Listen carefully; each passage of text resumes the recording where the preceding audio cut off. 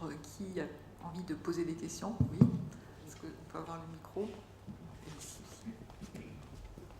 Je pense qu'on va prendre 3 questions, parce qu'en général, si on prend une question, après il y a une réponse très longue, une deuxième question, une réponse très longue, et après c'est fini. Donc oui. Il nous reste 35 minutes, et ce serait bien que vous puissiez vous exprimer. Donc une interrogation, Hervé Mauclair, architecte urbaniste de l'État. Une interrogation, vous avez commencé à parler de New York en disant que vous avez découvert la lumière en ville à New York. Alors une caractéristique de la lumière en ville à New York, c'est que c'est la lumière de la liberté, la lumière du commerce. C'est l'homme et le fric qui a pris la ville. Et dans vos projets, c'est vous qui avez pris la ville. Alors la question que je me pose, c'est qu'en Chine, on est dans un autre pays où il y a peut-être une dictature qui fait ce qu'elle veut, et vous avez eu l'impression de faire ce que vous voulez en Chine. Mais en quoi vos projets ont pris en compte la volonté des hommes ? Et quel sens avez-vous donné à vos projets par rapport aux hommes et aux populations ? Alors, les hommes, ça fait beaucoup de monde. C'est-à-dire qu'il y a les maîtres d'ouvrage qui n'ont pas forcément la même volonté, le même avis que la population. Et puis il y a effectivement les usagers, les citoyens, les citadins. Et il y a d'autres pouvoirs ou d'autres lobbies, notamment ceux des commerçants, qui aimeraient bien pouvoir eux aussi faire la ville à leur image, c'est-à-dire pouvoir éclairer comme ils le souhaitent. Donc moi j'ai très tôt fait de la pédagogie auprès des gens. Je pense que si on augmente le niveau d'éducation des gens sur l'éclairage, on ira beaucoup plus loin dans les projets. Parce que j'ai constaté, y compris dans des quartiers difficiles, j'ai beaucoup travaillé sur des cités HLM, où quand on demandait aux gens ce qu'ils voulaient, ils nous disaient on voudrait des lanternes de style au sodium comme il y a au centre historique. Et je trouvais ça terrible, je trouvais ça assez même catastrophique. Donc je venais faire des conférences, et je continue à en faire dans des écoles maternelles, dans des soirées avec les gens. On a travaillé sur un quartier à Toulouse, on a fait un atelier avec les habitants, on a passé beaucoup de temps avec les habitants, à se promener avec eux, à recueillir leurs paroles, avec d'ailleurs l'aide du Cresson, qui est le laboratoire des ambiances lumineuses et sonores de l'école d'archi de Grenoble. Et donc pour répondre à votre question, moi, je pense qu'effectivement, c'est les gens qui doivent décider de leur environnement nocturne. Sauf qu'aujourd'hui, ils n'ont pas de référence, en tout cas pour la plupart des gens qu'on interroge, et que donc il faut aussi qu'on les aide à mieux aborder cette question culturelle de l'environnement nocturne. Après, on est dans des faisceaux de contradictions, parce que souvent, quand on fait des réunions de concertation, j'étais encore avant-hier à Valenciennes dans une réunion de concertation, la première chose qu'on nous dit, c'est pas assez éclairé. Voilà. On commence là. Alors, avant, quand j'étais plus jeune, c'était les pipis de chiens. Maintenant, c'est pas assez éclairé. Donc, souvent, on est déjà en réaction négative par rapport à ça. Et donc, on essaie de convaincre les gens que c'est pas la question, que cette question du suréclairement ne résout rien, que d'ailleurs, on n'a pas de baguette magique. On n'est pas là pour résoudre des problèmes avec l'éclairage. Donc, cette question de l'appropriation par les habitants est fondamentale. Pour revenir à la Chine, moi, j'ai été très étonné parce que j'avais une image de la Chine, effectivement, qui était une image un petit peu de décision autoritaire. Et sur le premier projet, Hangzhou, le gouverneur, donc qui est l'équivalent du maire de l'agglomération, nous a dit s'il n'y a pas une approbation totale des riverains, on ne fera jamais ce projet. Donc on l'a mis en discussion, on avait un livre d'or où les gens venaient donner leur avis, et on a recueilli ces avis. Et on a obtenu une majorité d'avis positifs, y compris sur l'utilisation de la couleur, qui n'était pas évidente. Et ça m'a vraiment surpris, parce que je n'imaginais pas une seconde qu'on allait concerter les populations sur cette question. Alors bien évidemment, les paysages ont été réalisés pour ce que j'expliquais, c'est-à-dire le tourisme nocturne, mais les riverains en profitent tout autant, parce que, bon, je ne suis pas rentré dans les détails, mais Hangzhou, c'est une ville avec un climat très très chaud pendant presque 5-6 mois de l'année. Il fait tout de suite 40 degrés, donc les gens attendent que la nuit tombe pour sortir. En plus, comme les logements sont extrêmement exigus en Chine, c'est dehors que se fait la sociabilité, donc les gens sortent pour discuter, pour se rencontrer, pour danser, pour faire du tai chi. Et donc l'occupation de l'espace public la nuit est vraiment quelque chose de fondamental, et donc cette appropriation par la qualité d'ambiance est une question fondamentale. Alors c'est vrai, je suis d'accord avec vous, quand on fait un projet, on se fait plaisir. On commence par ça, et on essaye aussi de prendre en compte... Non, je ne pense pas que ce soit une tare, on va se faire plaisir. Mais en tout cas, si des gens ne se font pas plaisir, il faut changer de métier, quoi. Parce que si on fait des projets et qu'on sort aigri et en disant c'est nul, il faire autre chose. Mais moi, je souhaite vraiment qu'on augmente ce niveau d'éducation des populations et des plus jeunes. Et je milite, on apprend à jouer de la flûte dans n'importe quelle école de France. Je préférais qu'on apprenne à utiliser la lumière. Et je reviens une minute sur les questions technologiques.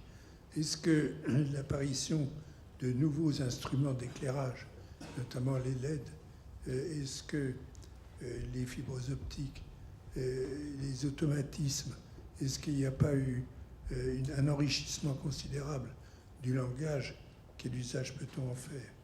Et deuxième question, il y a des possibilités d'interaction entre le public et l'installation en fonctionnement courant. Est-ce que on peut imaginer que ce sont les gens qui se promènent, qui actionnent des boutons bien placés pour avoir plus ou moins de lumière ou changer la couleur? Je peux qu'être d'accord avec ce que vous dites. C'est sûr que... Alors, on a un développement exponentiel de ces technologies avec les LED. C'est vrai que l'éclairage a toujours été un facteur d'innovation. On a amélioré les performances des lampes depuis quasiment le tout début de l'éclairage artificiel, qui remonte à Edison. Donc c'est sûr que les LED sont... Moi, j'aime pas tellement le mot de révolution LED, je trouve que c'est un mot un peu galvaudé. Disons que c'est une technologie qui nous permet de faire des tas de choses qu'on ne pouvait pas faire avant, par la miniaturisation, par le fait de pouvoir se mettre dans des endroits inaccessibles, par la durée de vie, par la couleur. En même temps, ça pose beaucoup de problèmes. On ne rentrera peut-être pas dans les détails ici, mais ça pose également beaucoup de problèmes, y compris de cycle de vie. Je pense que les LED... Déjà, nous permettent de démocratiser l'éclairage, puisqu'il y a eu des grands messages destinés au public. Moi, je regrette le bannissement des lampes à incandescence. Je trouve que c'est une victoire des lobbies industriels, et je préférerais qu'on garde les lampes à incandescence. Je pense qu'on le regrettera si on n'en a plus. Et quand on fera de l'archéologie du futur, on se mordra les doigts d'avoir perdu les lampes à incandescence.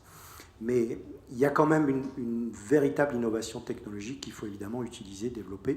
La seule chose que moi j'essaye de maintenir, c'est cette idée de projet, c'est-à-dire souvent on nous dit faites-nous un projet 100% LED et ça tient le programme. Donc voilà, c'est un peu un non-sens total. Si on se laisse embarquer là-dedans, on ne va pas très loin. Donc ça, il faut lutter contre ça. Après, par rapport à votre deuxième question, ouais, bien sûr, moi je milite énormément pour cette interactivité, pour cette liberté totale de commande des éclairages, avec la question de la sécurité, parce qu'il y a des gens qui nous disent mais moi j'aimerais éteindre. Alors bon, comment on partage? Parce que s'il y en a un qui a le bouton qui éteint et l'autre qui a le bouton qui allume, si c'est un couple, ça va peut-être faire des engueulades. Donc comment on partage cette question? Alors c'est vrai que si c'est à la marge, si c'est la couleur, si c'est la tonalité de lumière, si c'est le niveau lumineux, mais c'est pour ça qu'il faut aussi faire de la pédagogie, parce que cette question de quel éclairage j'ai envie et comment je le partage et comment je le mets en lien avec les autres. Bon, heureusement, avec les réseaux sociaux, on apprend à partager. Je pense qu'avec la lumière, on apprendra aussi à partager. Mais bien sûr qu'il faudrait que les gens puissent piloter les choses et changer une illumination parce qu'ils la préfèrent d'une autre couleur tel soir. On a souvent proposé, notamment devant les écoles, de faire des éclairages colorés que les enfants pourraient déclencher avant d'arriver à l'école et choisir que c'est une journée abricot, une journée mauve ou une journée, voilà, de leur donner cette chance-là. Et ça, c'est facile à faire. Les maîtres d'ouvrage sont très timorés par rapport à ces questions-là. Donc, je bénis le temps où les maîtres d'ouvrage seront plus ouverts à laisser les gens décider des éclairages. Oui. Dans les images qui ont été montrées... Vous êtes qui? Je suis Jacques Coulon, je suis paysagiste. Ah, bien sûr. Tu nous as montré effectivement beaucoup de projets qui montrent la dimension qui effectivement amène à la question de l'urbanisme. Moi, la sensation que j'ai, c'est qu'on est dans un moment où tout pivote. J'espère que ça pivote. C'est-à-dire que tout d'un coup, tout ce qui travaillait décrescendo, c'est-à-dire de l'urbanisme à l'architecture, au paysage et à la lumière, pourrait se réalimenter d'une manière complètement inverse. Personnellement, ce qui m'intéresse, c'est que la lumière alimente les questionnements plutôt qu'elle vienne en bout de course. Ça relie aussi ce que sont tes réticences un petit peu, je dirais, par rapport au type d'éclairage. Bon, on parlait de Lyon un petit peu, mais c'est pas seulement, qui serait lié à ce que j'appellerais un éclairage festif. Finalement, une espèce de Disneylandisation de la lumière, qui est évidemment un facteur complètement politique, parce qu'on voit bien qu'effectivement, ponctuellement, on va pouvoir travailler très très fort avec tout ça, et qui venait en bout de course. Est-ce que, en fait, c'est la question, est-ce qu'on va réussir à partir dans l'autre sens, se dire la lumière, comme le paysage, sont des manières d'alimenter l'urbanisme, pas de croire qu'on fait de l'urbanisme, mais donner une matière différente pour entrecroiser les choses. Est-ce qu'on va arriver à cette situation-là, de manière à ce que la lumière, j'allais dire de tous les jours, c'est-à-dire la lumière de la ville dans laquelle on vit, qui n'est pas seulement un ensemble de suites de monuments, qui est même exceptionnellement cet ensemble de monuments, qui pourtant représentait toute la lumière avant. Est-ce qu'on va réussir à renvoyer ça, ou est-ce qu'on va continuer, parce qu'il y a encore beaucoup de situations comme ça, à penser que les coups forts dans tous les coins sont quand même la meilleure manière d'utiliser l'énergie et la représentation des intérêts des politiques.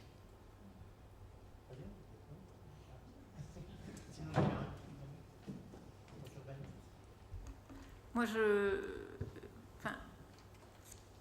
sur la notion de festif, il y a des moments où, effectivement, on va parler du 8 décembre, c'est purement festif. Voilà, c'est festif. Il y a des trucs vachement bien. Hein. On n'a pas beaucoup parlé de 300... l'éphémère. On n'a pas beaucoup parlé de l'éphémère aujourd'hui. Oui, il y a 300 projets. Sur les 300 projets, je vous assure, il y en a qui sont fabuleux. Il y a vraiment fabuleux. Et voilà, il ne faut pas cracher là-dessus. Alors, on peut parler d'isnéisation. Moi, je veux bien. Ça dure 5 jours. C'est, au passage, c'est 300% de chiffre d'affaires pour les commerçants pendant 5 jours. Ça existe aussi, ça, en parlant d'usage, hein, quand même. Et puis c'est véritablement c'est vraiment un moment festif. Je veux dire, au-delà de la lumière, c'est quand même un moment où les gens s'approprient la ville la nuit. Autrement que les jeunes qui vont en boîte, j'ai des filles, hein, donc des enfants de 20 ans, je sais, voilà. Tout le monde est dans la rue. Ça, c'est vachement bien. Il ne faut pas cracher là-dessus. Alors bien sûr, c'est du marketing urbain et sur ces 5 jours, on capitalise un maximum, oui, bien sûr. Pour autant, il y a vraiment un projet et un plan lumière à Lyon qui est fait avec des professionnels. Le plan lumière de 2005, c'est des ateliers qui ont regroupé pendant plusieurs mois 30 professionnels, que ce soit des galeristes, que ce soit l'ADEME, que ce soit l'Archi des Bâtiments de France. Enfin, c'est quand même des acteurs qui ont des choses à dire sur la fabrication de la ville. Alors oui, à la fin, ben oui, on peut toujours dire que c'est du marketing urbain et que les politiques veulent aussi que leur ville se représente. Mais pour autant, il y a, dans tout ce que moi j'entends sur des entrées par quelque chose de puissant, qui est par exemple la question de l'énergie. Moi, je vous entendais dire, oui, il faut qu'on économise et oui, il faut qu'on garde de la qualité. Il ne faut pas qu'on dégrade. Je crois que ça, c'est vraiment cet exercice-là, il est fait avec énormément d'honnêteté et de sérieux par les professionnels, les concepteurs. J'ai dit et je répète que nous, on travaille partout avec des concepteurs, mais avec les services, qui sont des gens extrêmement engagés, extrêmement investis, qui veulent progresser. En plus, c'est des gars qui travaillent la nuit, donc c'est des gens qui ont vraiment un investissement particulier. Les éclairagistes, il faut aussi parler de ces professionnels-là. Vous êtes dehors la nuit, ils sont avec vous. C'est des gens qui ont une relation de fierté très forte avec leur métier, Lyon fait partie de Lucie, hein, cette association des professionnels et des maîtres d'ouvrage qui travaillent sur la ville, qui travaillent sur la lumière. Alors c'est peut-être là-dessus, on fait un peu moins de marketing urbain, mais pourtant, vous parliez de pédagogie, c'est des gens qui se forment ensemble, qui comprennent ensemble des situations urbaines et des situations aussi en termes de sobriété énergétique et qui veulent progresser là-dessus. Voilà, moi, ce que j'ai à en dire. Après, oui, les 5 jours des fêtes des Lumières, c'est un grand show.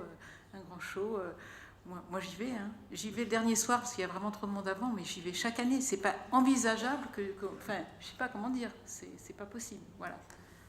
Je peux peut-être répondre sur la première partie de la question sur la couche lumière par rapport à l'urbanisme. Je pense qu'il y a quelque chose de positif et quelque chose auquel il faut faire attention. Moi, j'ai connu des demandes, notamment quand je commençais ce travail sur les schémas directeurs, où on nous disait est-ce qu'avec la lumière, ça peut nous éviter de faire de l'aménagement, par exemple, tu vois, dans des quartiers HLM. Est-ce qu'on peut embellir la cité pour éviter d'avoir à faire des choses plus lourdes qui coûteront 10 fois plus cher? Moi, j'ai refusé ce genre de choses. On ne fait pas de la lumière en plâtre pour venir se substituer à l'incurie d'une maîtrise d'ouvrage. Donc il faut faire attention à ne pas tomber dans un excès qui serait un petit peu tout le monde il est beau, tout le monde est gentil, on peut faire très belles choses avec la lumière et on va se substituer à finalement un vrai travail sur les sols, sur le paysage, sur les entrées d'immeubles, sur l'appropriation de l'espace. Donc ça c'est le premier point. Le deuxième point par contre, je crois beaucoup à la préfiguration du projet ou de la stratégie urbaine par la lumière. Je pense que c'est un outil qui n'est pas suffisamment utilisé. Moi, j'avais eu la chance de travailler à Bordeaux au moment où se posait la question du développement de la rive droite de Bordeaux. C'était le premier projet de Dominique Perrault. Et on avait montré, nous, qu'avec la lumière, on pouvait à la fois préfigurer cette appropriation de la rive droite et à la fois amener les gens sur la rive droite parce que personne n'y allait jamais et que donc tout le monde se demandait pourquoi il fallait urbaniser la rive droite de Bordeaux. Donc il y a des situations où la lumière peut servir. Même chose sur les fleuves. Quand on a dit aux édiles de São Paulo qu'on allait mettre en lumière ce fleuve qui est considéré par les paolistes comme un égout à ciel ouvert, on nous a demandé si c'était bien raisonnable. Et puis d'un seul coup, il y a des gens qui se sont dit, notamment des architectes, qui ont dit mais si, on pourrait peut-être même aménager ce fleuve différemment et se le réapproprier, le clarifier, le rendre plus propre. Donc on peut être aussi déclencheur, toute proportion gardée, il ne faut pas non plus trop se la raconter, mais je crois vraiment qu'avec la lumière, on peut préfigurer des actions urbanistiques de grande ampleur et des grands gestes stratégiques que personne ne pressent et qu'on peut montrer la nuit de manière peut-être temporaire ou événementielle. Quant au festif, moi je voudrais juste préciser pour que les choses soient bien claires. Sur Lyon, ce qui m'a posé question, c'était le fait que la théâtralisation de la ville soit érigée en règle à l'époque. Non, c'est pas le festif. C'est le fait que, à l'époque, pas maintenant, on privilégiait la théâtralisation de la ville et qui, pour moi, se faisait au détriment de l'ambiance urbaine qui, moi, m'intéresse beaucoup plus. Et que donc d'ériger cette théâtralisation comme une règle, et comme Lyon a toujours su très bien communiquer, c'était devenu le modèle qu'on exportait. Et quand moi j'arrivais quelque part, on me disait « oui, vous allez nous faire du Lyon ». Et je disais bah « non, moi je ne fais pas du Lyon, je travaille sur des ambiances, sur des espaces, sur des paysages ».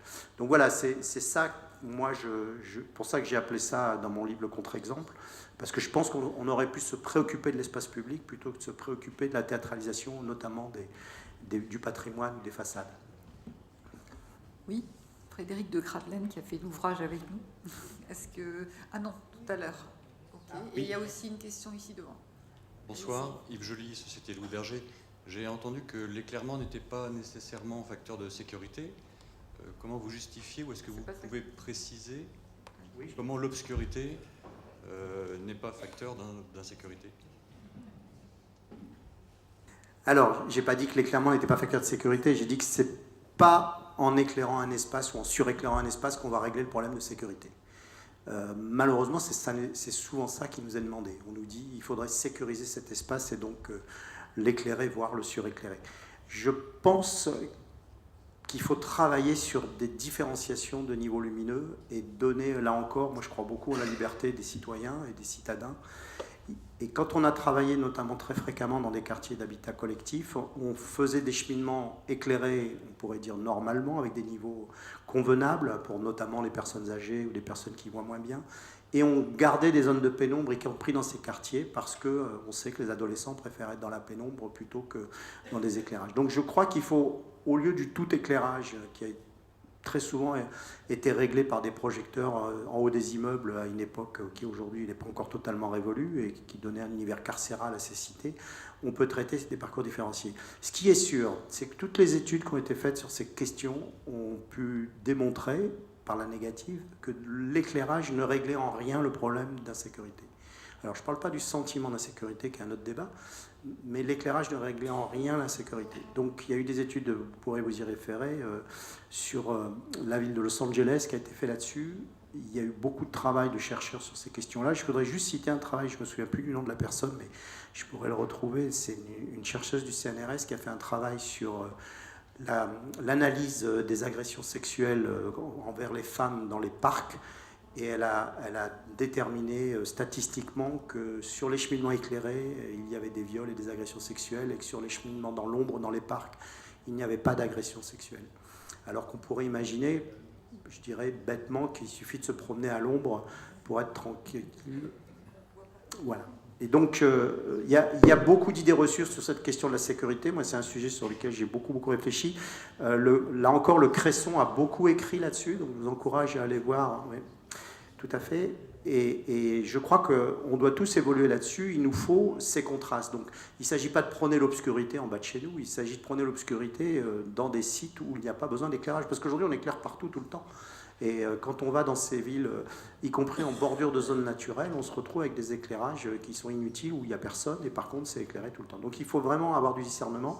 Et moi, je crois qu'il faut avancer sur ces questions-là, y compris là encore avec les citadins. Parce que quand on les interroge, il y en a qui ne veulent pas de l'éclairage partout, et encore moins au pied de leur immeuble systématiquement. Oui, rapidement, Lise Mélian de l'établissement public Paris-Saclay, c'est juste un témoignage parce que je trouvais extrêmement intéressant votre réflexion qui fait rentrer la question de la densité et de l'intensité dans la fabrication d'un paysage. Et comme nous, on est dans un territoire peu dense et qu'à la fois on aura des quartiers compacts, vivables, mais avec des rythmes de vie très différents, qu'on a une topographie avec un plateau et une vallée, enfin, il y a beaucoup de choses que vous avez dites qui résonnent dans nos questionnements. Et travaillant avec Michel Desvignes comme paysagiste, la question de l'accompagnement par le paysage, la préfiguration, la lumière sur la question de la mise en œuvre du projet, tout ça, on s'y retrouve très bien. Juste une chose dont vous n'avez pas parlé, c'est la question de la mobilité, parce que je pense que la question de la lumière, c'est aussi une manière d'accompagner les projets, les différents modes de déplacement, et sur les modes doux, les vélos, nous on aura un métro en viaduc, on aura un bus en site propre, on a voilà, cette diversité aussi des modes de déplacement. Le travail sur la lumière peut être aussi une manière à la fois de théâtraliser peut-être en partie sur la question des infrastructures. Vous avez quand même parlé des infrastructures. Pour avoir travaillé longtemps à la RATP, vous avez quand même travaillé sur quelques beaux ouvrages d'art et de leur éclairage. Voilà, mais c'était juste pour témoigner que cette question aussi des déplacements, la question de l'usage, je pense que fondamentalement, ce qui vous fait urbaniste, c'est de faire entrer la question de l'usage dans la fabrication de votre projet. Donc c'est les deux termes dans lesquels on se retrouve totalement. Donc c'était juste un petit témoignage et j'espère des collaborations possibles. En tout cas, bon, on ne peut pas parler de tout en une heure, donc j'ai fait des choix, mais c'est sûr qu'on travaille beaucoup sur ces questions, y compris des dessous-dessus. C'est un sujet que je n'ai pas pu aborder. Nous, on travaille beaucoup sur cette question de ce qu'on appelle la dramaturgie de la perception, c'est-à-dire quand on arrive dans un parking souterrain qui est éclairé à 70-80 lux et qu'on doit arriver en surface à 5-10 lux, et qu'ensuite on va rentrer à l'intérieur d'un théâtre qui est éclairé à 150 lux, 200 lux, il y a peu de prise en compte de ces perceptions entre justement le fait qu'on soit automobiliste, puis qu'on laisse sa voiture, qu'on devienne piéton, ou qu'on prenne un transport en commun. Donc on travaille beaucoup sur ces questions-là. Là, je n'ai pas pu tout présenter. On avait beaucoup travaillé aussi sur les superstructures de métro dans le cadre de Paris-Couronne. Enfin, il y a tout un tas de sujets qu'on pourrait aborder, mais là où je suis d'accord avec vous, c'est qu'il y a vraiment toutes ces questions. Et on a la chance aujourd'hui d'avoir des villes qui vont vers des zones à mobilité et donc des zones aussi de réduction de la vitesse. La ville de Rennes a 80% de ses voiries à échéance 2020 qui sont en zone 30, ce qui nous donne une très grande latitude pour baisser les niveaux d'éclairement, parce qu'au lieu d'être à 17, 18, 20 lux, on peut être à 10 lux sur des zones 30. Donc ça, c'est le côté positif des normes. Et donc sur des villes entières, on pourra bientôt abaisser le niveau d'éclairement, comme l'ont déjà fait Copenhague ou Oslo ou Berlin, où les niveaux lumineux, quand on y va, on est surpris en tant que Français, on trouve ça sombre, mais les gens s'y trouvent très bien, et ils sont même, eux, surpris à contrario, quand ils arrivent à Paris, de voir comment on éclaire parfois de manière un peu outrée. Oui, je voulais d'abord comprendre pourquoi, bonjour, d'où viennent ces résistances à baisser, à chanter les illuminations monumentales, qui finalement sont pas si vieilles, quoi. C'est un truc qui est assez récent dans l'histoire des villes. Donc bon, il y avait, et du coup, la question aussi de comment faire émerger un débat sur la qualité de la vie nocturne. Parce qu'au fond, vous avez dit des choses assez contradictoires les uns et les autres sur les gens veulent qu'on éteigne, les gens veulent qu'on allume, c'est pas assez, c'est trop, qu'est-ce qu'on voudrait, etc. Bon, on sent qu'il y a des masses de contradictions autour de tout ça. Et que finalement, il n'y a aucun débat, nulle part, sur la qualité de la vie nocturne. On va avoir des débats sur les LED, on va avoir des débats sur la pollution lumineuse avec les astronomes, etc. Mais on reste, ou sur la biodiversité, mais voilà, le débat général, lui, il n'est pas là. Comment on peut faire ? on peut faire. J'aimerais bien que les élus prennent plus de temps sur ces questions-là. Nous, par exemple, on a fait un très grand nombre d'études sur Paris, notamment ce schéma directeur de la couronne parisienne. On n'a jamais rencontré ni le maire ni les adjoints sur cette question-là. C'est quand même assez incroyable. On a rencontré les services, les directions.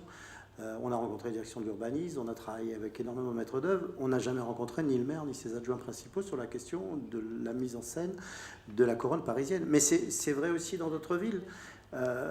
En tout cas, pour répondre à ta question, Frédéric, c'est vrai que sur les illuminations, moi j'ai l'impression que il faudrait taper un petit peu dans la fourmilière. C'est-à-dire que historiquement, la France est considérée comme l'inventeur du son et lumière en 1953 sur le château de Chambord.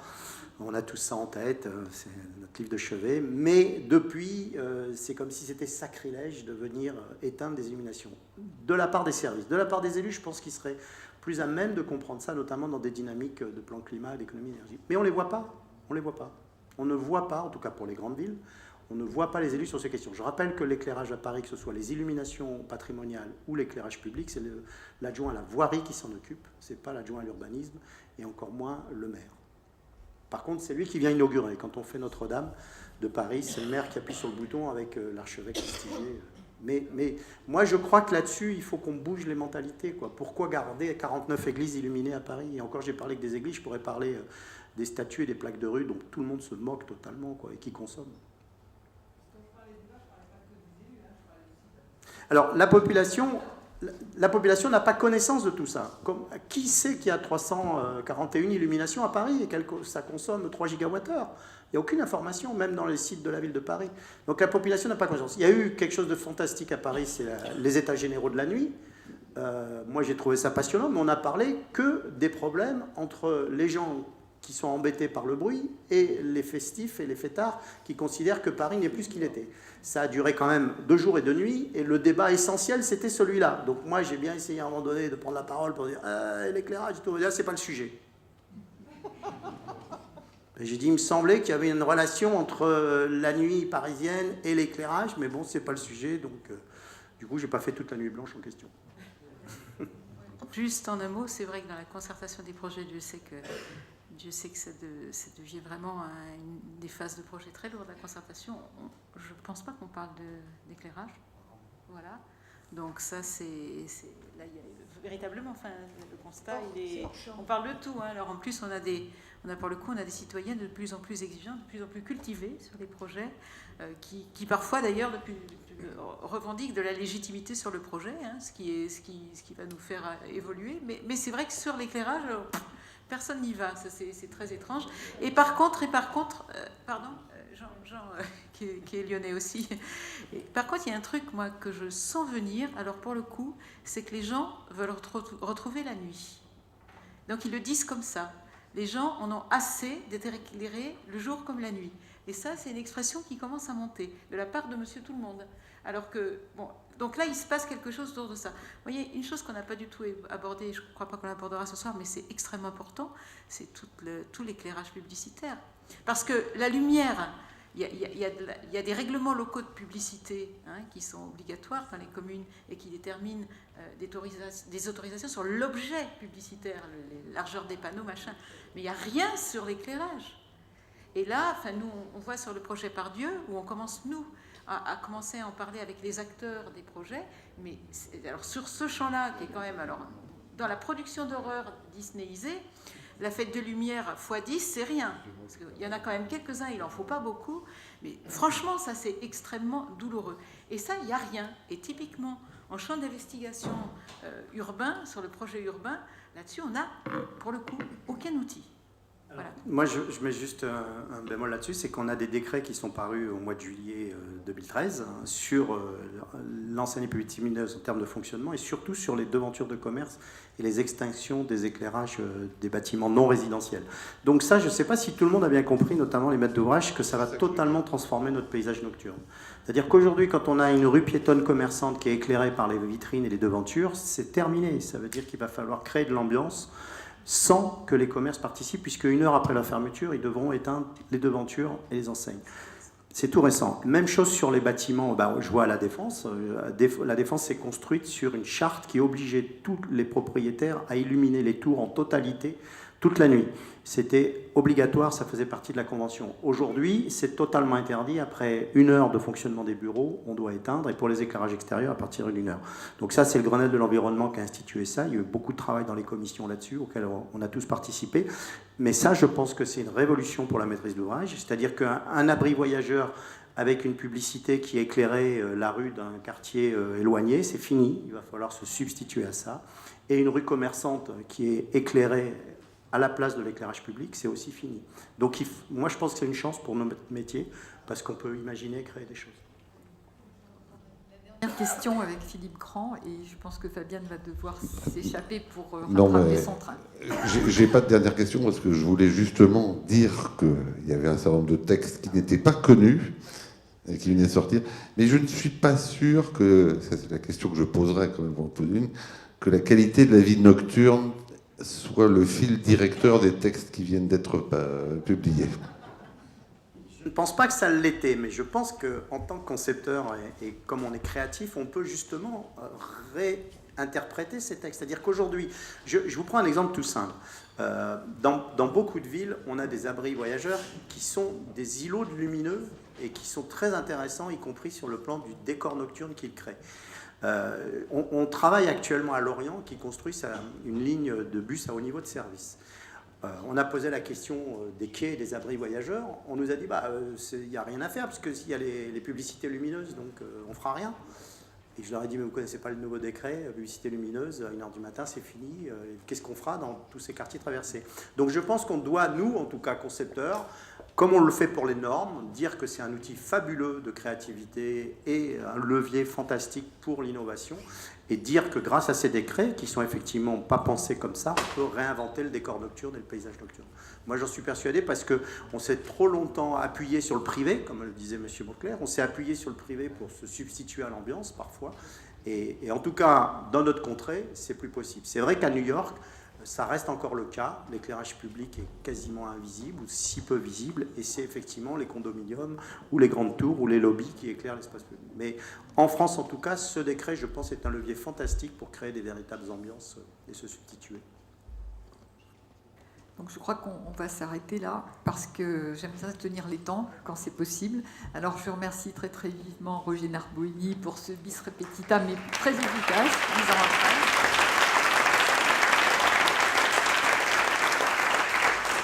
Fabienne Crécy qui nous a quittés, puis vous tous pour votre participation. Donc je vous annonce que le prochain 5 à 7, donc la date n'est pas fixée, mais le sujet oui, l'intervenant principal oui, ce sera le sociologue Alain Bourdin, autour d'un thème qui sera très très intéressant pour les aménageurs, c'est-à-dire l'incertitude comme moteur de l'action. Il sort un livre à ce sujet. Voilà, on vous donnera la date. Si vous souhaitez venir à la matinée sur l'art contemporain, c'est le 17 décembre. Vous servez. Et puis, merci à tous et merci à l'équipe qui a filmé. Sachez que nos propos sont sur le site internet, donc tout est retranscrit, et que nous faisons des séquences qui sont sur YouTube que vous pouvez faire circuler et regarder. Merci encore.